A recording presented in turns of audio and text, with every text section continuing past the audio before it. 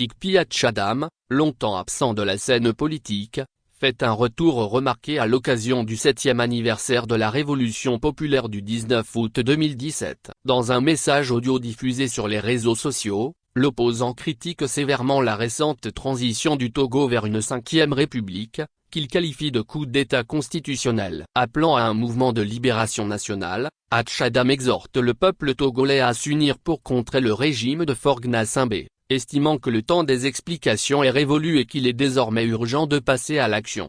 L'intégralité de la déclaration de Tikpi Tchadam. Chers compatriotes, togolaises, la dictature militaire monarchique absolue de droit il y a 9 ans de cela, précisément en 2015, l'ayant perçu très tôt, avec beaucoup d'amertume et sans mâcher mes mots, je lançais l'alerte contre la 5e République au Togo. Si le peuple togolais ne se met pas debout pour dégager pacifiquement Gnassingbé Faure du pouvoir. Ma démarche, l'intérêt particulièrement privilégié et constant que j'accorde à l'histoire, procède de la leçon que j'ai assimilée de par ma culture telle suivant laquelle la politique, c'est avant tout l'histoire. L'homme politique doit être maître en histoire. Ce qui nous arrive au Togo ne résulte pas d'un hasard ou de je ne sais quelle marche aveugle de l'histoire. Loin d'être fortuit. Ce qui nous arrive a été méticuleusement pensé contre le Togo et contre l'Afrique. À la matière, le Togo, notre pays, est un véritable laboratoire, une pépinière, un terrain d'expérimentation. La dictature militaire monarchique absolue est un vieux projet colonial qui remonte au 27 avril 1958, date à laquelle le peuple togolais, dans son ensemble, suite à l'élection que le constitutionnaliste Ouansa Yagla, qualifié de plébiscite, a remis les rênes du pouvoir d'État au souverainiste Sylvanus Olympio qui devint ainsi Premier ministre du Togo le 19 mai 1958. Il s'agit de confisquer pour l'éternité la souveraineté du peuple togolais. Le 27 avril 1958, le projet relatif à l'imposition de la famille Gnassingbé au pouvoir au Togo par la force des armes et pour l'éternité fut lancé dans le sang le 13 janvier 1963 et officiellement mis en œuvre le 14 avril 1967. Après 4 années de réglage de tous les détails. L'argent qu'il faut avait été déjà trouvé, il est ramené au pays le 1er septembre 1962, soit 4 mois et 12 jours avant le crime originel, l'assassinat du président Sylvanus Olympio. Et la même année, les forces armées togolaises, FAT, constituent le garant de la pérennité, la vie illimitée du projet. La prise de conscience du peuple togolais, débouchant sur un mouvement populaire gigantesque, représente le risque majeur à même de ruiner et de mettre fin au projet à tout moment. Le projet machiavélique sera sauvé et consolidé en 2005 avec le rituel périodique de remise à neuf de la dictature militaire dans un fleuve de sang qui a vu la montée du fils Gnassingbé Faure sur le trône de son père, en vue justement de la perpétuation du règne de la famille Gnassingbé Faure sur le Togo, contre la volonté et les aspirations profondes du peuple togolais. Le prix du projet de 1958 prévalant à guider, commander et présider à la terreur et aux assassinats commis entre 1963 et 1990, remonté à la surface par la Conférence nationale souveraine, à la résistance dont Gnassingbé Yadema a fait montre dans le sang entre 1990 et 2005, ainsi qu'au bilan macabre de 2005 avec le fils Gnassingbé Faure. Le même esprit diabolique est à l'œuvre dans la résistance machiavélique opposée par ce dernier au peuple togolais, toujours dans le sang, entre 2005 et 2017, et depuis le 19 août 2017 à ce jour. Ainsi, de 1963 à 2024, le Togo a connu une dictature militaire monarchique absolue de fait qui aura duré 61 ans. À partir de 2024, Gnassingbé Faure ayant parachevé le processus de constitutionnalisation, le peuple togolais est sous une dictature militaire monarchique absolue de droit.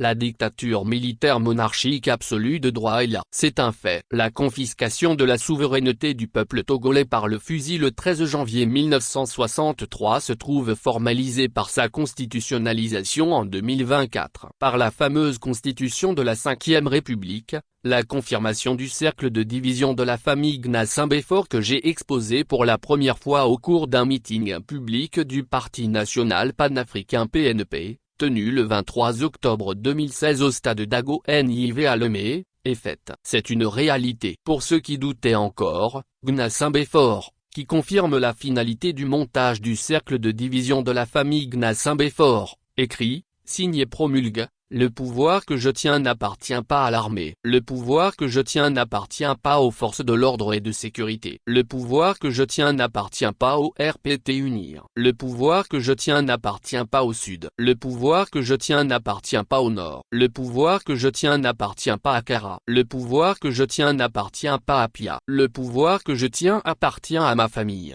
à la famille Gnassingbé, à elle et à elle seule. Cette proclamation, les derniers restés accrochés aux éléments de la division, déchante complètement et définitivement. Le slogan « Eyadema toujours et toujours au pouvoir » n'était pas un slogan creux, encore moins vain. La petite phrase « Mon père m'a dit » n'a rien d'une blague. Quoi qu'il en soit, Gnassingbé Faure vient de constitutionnaliser en 2024, sous nos yeux, la dictature militaire monarchique absolue inaugurée par son père le 13 janvier 1963. La dictature militaire monarchique absolue éternelle, voilà le projet apporté par la famille Gnassingbé pour le Togo et pour l'Afrique. L'histoire, la philosophie et le projet caractérisant la constitution monarchique de 2024 ne sont pas voilés. L'ambition et la finalité qui l'animent sont évidentes. L'esprit de cette constitution est clairement lisible jusqu'au 27 avril 1958. À partir de ce moment, qu'il s'agisse d'entretiens avec des spécialistes du droit, de débats organisés, de manifestations, toute initiative portant sur la constitution monarchique de 2024 est une perte de temps qui retarde la conclusion de la lutte. N'est-ce pas la raison pour laquelle le pouvoir n'hésite pas à tolérer l'organisation des manifestations consacrées à la constitution monarchique? Qu'explique-t-on encore au peuple togolais lorsque tout est clair pour tout le monde et partout? L'explication, lorsque tout est clair, embrouille. Chers compatriotes togolaises, togolais, aujourd'hui, je peux dire avec assurance que la cause du peuple togolais est connue et entendue par l'Afrique et par le monde, suffisamment informé de la situation, la tragédie infernale au Togo. Notre cause est défendue par des patriotes africains dans les instances sous-régionales,